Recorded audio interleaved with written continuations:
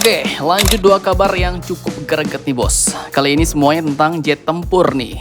Nah, yang pertama nanti datang dari Malaysia. Jadi di tengah kegalauannya mencari jet tempur baru, Hornet Kuwait masih belum jelas. Bahkan kini jelas mereka kekurangan armada karena F-18 Hornetnya masih dikandangkan. Kini akhirnya Panglima TUDM menyatakan dengan tegas bahwa Sukhoi Su-30 MKM-nya masih bisa beroperasi. Masih bertahan sampai tahun 2035. Nah lo, bagaimanakah itu setelah ini kita kupas bos. Kemudian kabar kedua yang tak kalah gacor. Rusia pun kini tiba-tiba menawarkan paket produksi jet tempur Su-57 ke negara perindavan India. Tak main-main bos. Bahkan Rusia pun mau investasi di India dan juga menawarkan integrasi radar dan persenjataan lokal pada Su-57 versi India. Ngeri, sedap. Lantas, pertanyaannya apakah akan lahir Su-57 made in India, versi India? Dan bagaimanakah dengan kita Indonesia?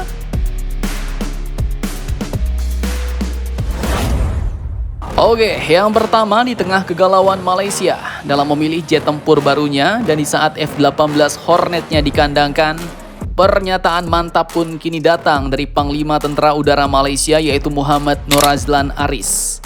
Admin kutip dari banyak sumber berita berikut, beliau pun akhirnya mengatakan bahwa semua pesawat tempur Sukhoi Su-30 MKM Malaysia masih boleh beroperasi dengan baik hingga tahun 2035 nanti. Nah, tak main-main, beliau pun menyebut bahwa jet tempur Sukhoi yang sudah berusia sekitar 18 tahun atau hampir 2 dekade ini pun performanya tidak jauh berbeda bos dengan saat pertama kali dibeli. Dan beliau pun tak asal sebut bos. Karena hal ini pun katanya berkat penyelenggaraan dan program Service Life Extension atau SLEP. Su-30 MKM kini masih sanggup terbang hingga tahun 2035, ujar beliau. Nah, jadi sembari menunggu yang baru, menentukan pilihan jet tempur yang tepat, Malaysia pun kini akhirnya membuat masa pakai Sukhoi-nya nambah 10 tahun lagi bos. Mantap jos. Namun yang Mimin lihat ya, dibalik unjuk kekuatan itu, sepertinya tersirat nih, masih ada bayang-bayang keraguan. Pasalnya armada FA-18D Hornet yang seharusnya menjadi tandem Su-30 kini justru masih dikandangkan bos setelah insiden naas di Kuantan bulan lalu. Dan dengan 7 unit Hornet sementara berhenti operasi, maka praktis beban pertahanan udara Malaysia bertumpu hampir sepenuhnya pada Su-30 MKM yang kini semakin menua. Dan jelas, kondisi ini pun menempatkan Malaysia pada dilema besar nih bos. Di satu sisi Malaysia masih ragu menentukan pengganti apakah mengarah pada Rafale Prancis, Typhoon Eropa, atau bahkan pilihan lain yang generasi 5 ya kan? Bahkan F-18 Hornet Kuwait kemarin pun masih ngambang bos. Sehingga dari sisi persaingan geopolitik di kawasan, di atas kertas Su-30 MKM mungkin masih mampu menjaga kedaulatan Malaysia hingga 1 dekade ke depan. Tapi tanpa kepastian soal tambahan jet tempur baru atau bekas, maka Malaysia pun kini beresiko tertinggal dalam perlombaan udara kawasan. Terlebih ketika negara tetangga sudah melirik F-15EX, Rafale tambahan, J-10C China, KF-21 hingga jet tempur Kaan generasi 5. Cukup selekedap nih bos.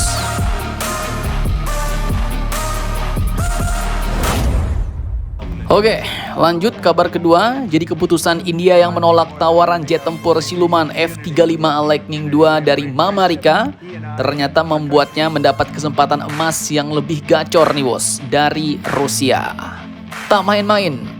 Dikutip dari Indomiliter yang mengutip lagi dari laman The Economics Times 1 September kemarin, Rusia kini katanya mulai mengevaluasi nih tawaran kepada India untuk memproduksi jet tempur Su-57 di India dan integrasi radar serta persenjataan buatan lokal India ke dalam Su-57. Sesuatu yang ngeri sedap.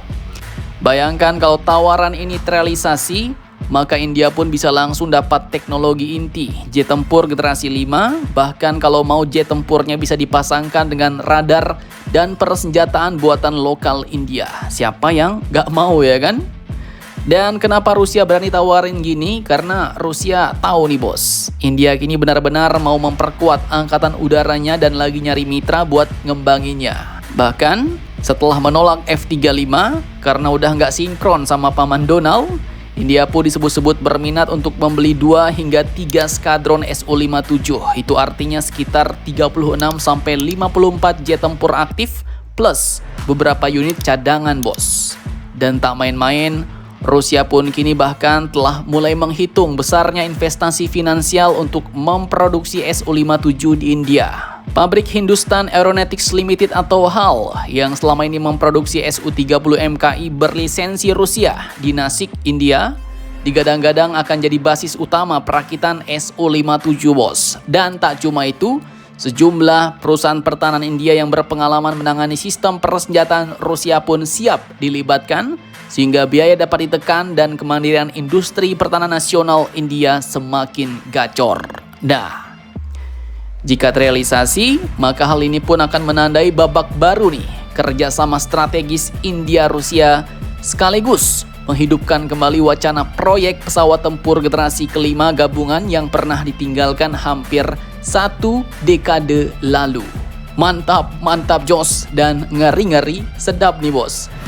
Pertanyaannya nanti, apakah bakal benar lahir Su-57 versi Prindavan India? Jika iya, maka ini akan benar-benar mengubah peta kekuatan udara di Asia bos. Lantas, bagaimanakah dengan kita, Indonesia?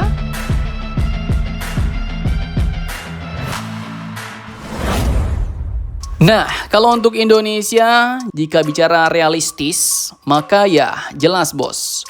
Untuk jet tempur generasi 5 yang paling berpeluang bagi Indonesia ada 2, yaitu jet tempur KAAN dan jet tempur KF-21EX yang versi siluman.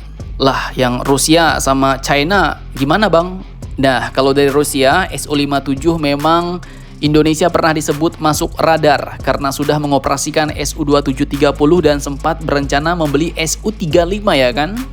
Namun ya, kalian tahu sendirilah, hambatan utamanya adalah CATSA bos, dari Amerika. Dan inilah juga yang dulu isunya yang membuat kontrak Su-35 kita cancel.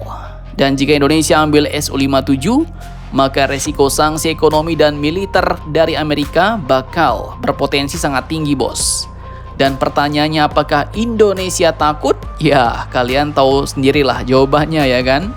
Kemudian untuk jet tempur generasi 5 Tiongkok. Nah, memang Tiongkok sendiri ingin mengekspor J-31 atau J-35-nya sebagai rival dari F-35 bos. Dan Pakistan kemungkinan jadi pembeli pertama nih. Negara kita Indonesia bisa saja ditawari, apalagi hubungan Tiongkok dan Indonesia kini cukup erat di bidang ekonomi bos. Tapi masalah besarnya ya, penggunaan teknologi Tiongkok ini bisa bikin TNI Angkatan Udara kita kesulitan melakukan integrasi dengan sistem-sistem barat. Dan resiko politis terhadap hubungan dengan Amerika juga lumayan tinggi. Kemudian kalau KF-21 ya, memang mereka telah merilis rancangan KF-21 versi siluman bos. Dan secara teknologi admin rasa juga nggak kalah saing, bahkan lebih gacor mungkin dari jet tempur KAAN Turki. Namun masalahnya ya, kerjasama kita kemarin sudah sempat terhambat, terutama terkait isu transfer teknologi yang katanya ada beberapa yang tidak dibolehkan memarika. TOT atau manfaatnya pun kabarnya juga kurang. Maka ya, memang kalau mau main aman, jelas pilihan jet tempur generasi 5 jatuh pada jet tempur KAAN Turki bos. Mereka tidak ada resiko CATSA, kemudian lebih fleksibel daripada J-35-nya Tiongkok karena Turki masih punya kedekatan dengan NATO atau Barat sehingga ekosistemnya bisa kompatibel dengan sistem Barat mungkin ya. Dan jelas bisa dipaketkan dengan TOT, transfer teknologi untuk PT Dirgantara Indonesia, apalagi Indonesia belinya banyak sampai 48 unit ya kan. Nah, jadi bagaimana menurut kalian tentang hal ini? Jangan lupa komentar. Tetaplah kalian barbar dan jangan santuy terus demi Indonesia tangguh. Salam Indomax, Indo Magazines.